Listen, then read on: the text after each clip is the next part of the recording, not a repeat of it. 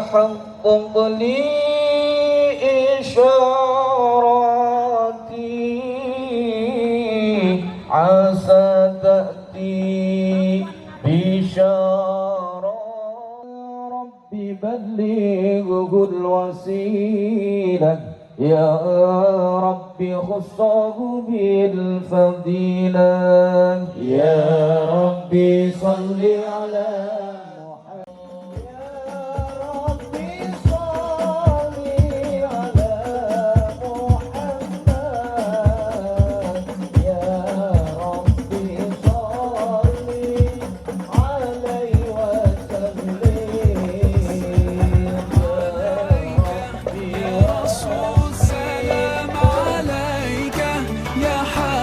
سلام عليك صلوات الله عليك يا نبي سلام عليك يا رسول سلام عليك يا حبيب سلام عليك صلوات الله عليك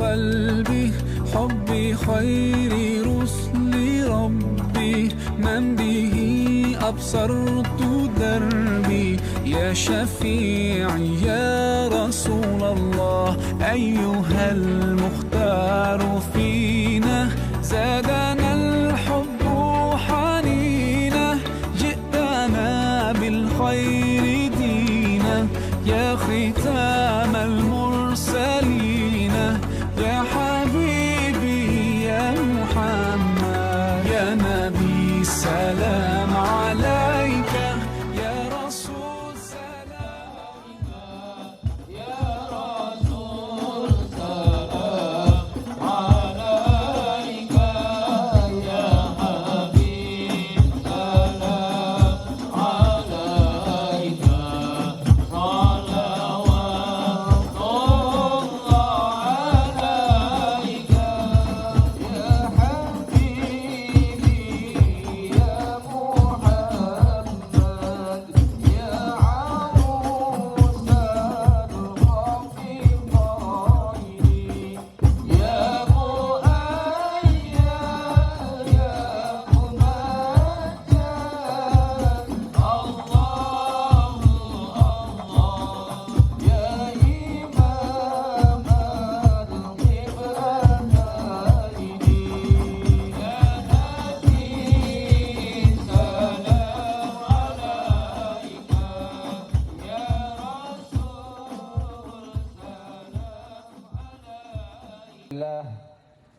الحمد لله الذي بنعمته تتم الصالحات وبفضله اصطفى من أراده وقربه إليه ورفعه أعلى الدرجات والصلاة والسلام على سيد الأمجاد المعروف في السماء بأحمد وفي أرضنا بأبي القاسم سيدنا ومولانا محمد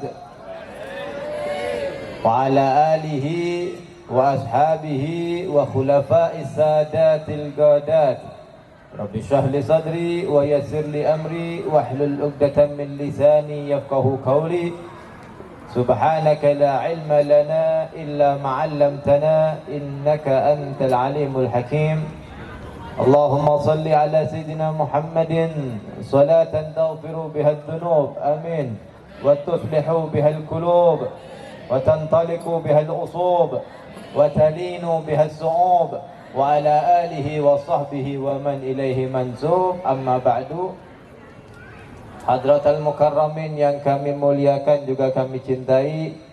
Tidak lupa juga yang kami hormati Ketua Tanfidiyah LBJ yaitu Al-Ustadz Muhammad Sulhi. Tidak lupa juga guru kita bersama yaitu Kiai Ali Saman. serta Kiai Sunarto. Tidak lupa juga kepada tokoh agama ataupun tokoh masyarakat se-LBJ. Maaf, LBJ ini apa sudah? Oh, Lubuk Baja. Kecamatan Lubuk Baja. Tidak lupa juga kepada segenap ketua masjid ataupun musola se-Lubuk Baja, ormas Islam se-Lubuk Baja, perangkat RT RW Balai Indah Anggrek. Kemudian juga yang kami hormati ketua dan pengurus Masjid Darul Hikmah. Tidak lupa juga kepada ketua PCNU Kota Batam dan Banom-Banom, serta ketua dan pengurus MWTNU se-Kota Batam. Beda dengan kita kadang hadir majelis yang seminggu sekali saja, kadang kita datangnya sebulan sekali. Beda dengan beliau. Gitu kita pengen jadi wali. Kalau beliau jadi wali karena istiqomah. Sampai-sampai dikatakan oleh Al-Imam Ja'far As-Shadiq, la tatlubu minallahil karamah watlubu minhul istiqomah. Jangan kamu sekalian meminta kepada Allah karamah. Jangan minta keramat, jangan minta sakti, tapi mintalah untuk menjadi orang yang istiqomah. Kenapa? Karena istiqomah khairun min alfin karomah. Karena istiqomah jauh lebih baik daripada 1000 karomah. Nah, itulah diantara sedikit daripada sejarah hidup Syekh Abdul Qadir Jailani. Intinya satu, mengikuti siapa? Nabi Muhammad Sallallahu Alaihi Wasallam. Nah, kalau sudah ngomong mengikuti Nabi Muhammad, ada satu hal yang sering dilalaikan oleh umat Islam. Satu hal ini sepele, tapi kadang dilalaikan oleh umat Islam. Pengen kumpul dengan Nabi Muhammad, pengen diangkat jadi wali, pengen diangkat derajatnya, tapi ada satu hal yang mereka lalaikan. Apa itu, Habib? Satu hal tersebut adalah rezeki yang didapat. Rezeki yang kita dapat ini, saudara-saudara, kadang kita nggak peduli dari mana datangnya. Nah, ini masalah untuk kita. Bapak-bapak harus hati-hati di dalam mencari rezeki. Jangan sampai rezeki yang kita dapat kita bawa pulang ke rumah, dapat uang kita berikan kepada anak istri kita, ternyata uangnya hasil judi. Hati-hati bapak-bapak, uang hasil judi diberikan kepada anak istri kita, otomatis anak dan istri kita akan makan daripada makanan yang haram. Kenapa? Karena rezekinya daripada rezeki yang haram. Sedangkan bapak-bapak punya tanggung jawab untuk menjaga istri-istri dan juga anak-anaknya agar tidak masuk dalam neraka, tapi dikasih rezeki yang haram, diberi makanan-makanan yang haram, kerjaan-kerjaan yang haram. Hati-hati. Kata Rasulullah SAW, kullu lahmin nabata minas suhud fannar aula bihi. Makanan yang kita makan, bapak-bapak perlu perhatikan. Makanan yang kita makan, yang kita berikan kepada anak dan istri kita, itu makanan masuk dalam tubuh kita. Ketika sudah masuk dalam tubuh kita, makanan tadi akan membentuk daging, makanan tadi akan membentuk tulang, akan membentuk darah, dan akan membentuk semua anggota tubuh kita. Dari makanan apa yang kita makan, dari situlah akan terbentuk anggota badan kita, anggota tubuh kita.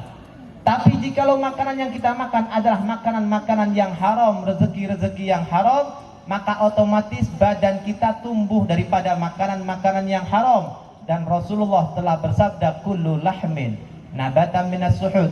Setiap daging yang tumbuh, yang menjadi besar daripada makanan-makanan yang haram, fannar aula bihi, maka tempatnya lebih layak berada di dalam neraka. Itu baru ada potensi untuk anak, istri, ataupun kita sendiri untuk menjadi wali Allah. Tapi kalau sudah makanan-makanan tidak dijaga, makanan haram masuk dalam tubuh kita, hati-hati, bahaya. Man akalal halal atau ad-jawarihuhu, wa man akalal haram asad jawarihuhu sya'am aba.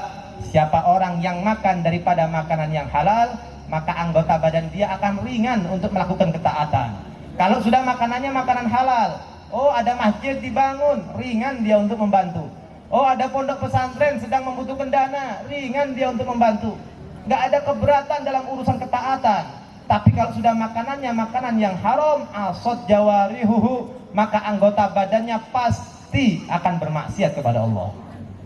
Kalau sudah makanannya haram, pasti akan bermaksiat kepada Allah. Sya'a am aba, suka ataupun tidak suka, pasti akan bermaksiat kepada Allah. Itu hati-hati. Jadi jangan sembarangan kasih makanan-makanan yang haram.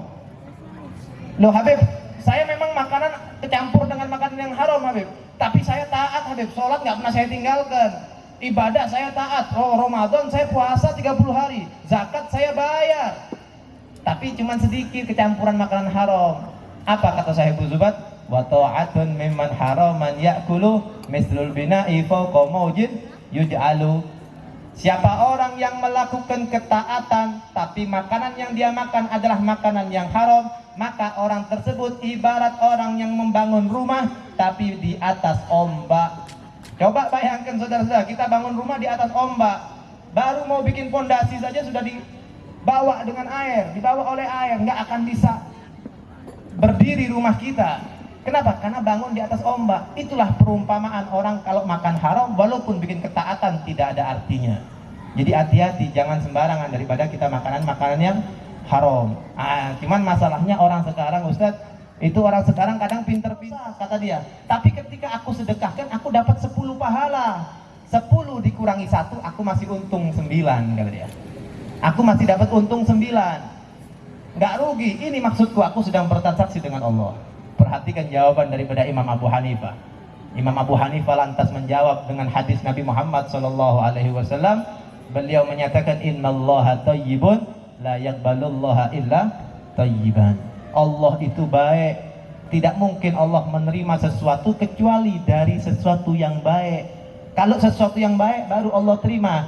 Kalau sudah jelas-jelas hasil mencuri, hasil dari maling, ini sudah jelas bukan sesuatu yang baik. Walaupun disedekahkan tidak ada pahalanya, nggak ada artinya.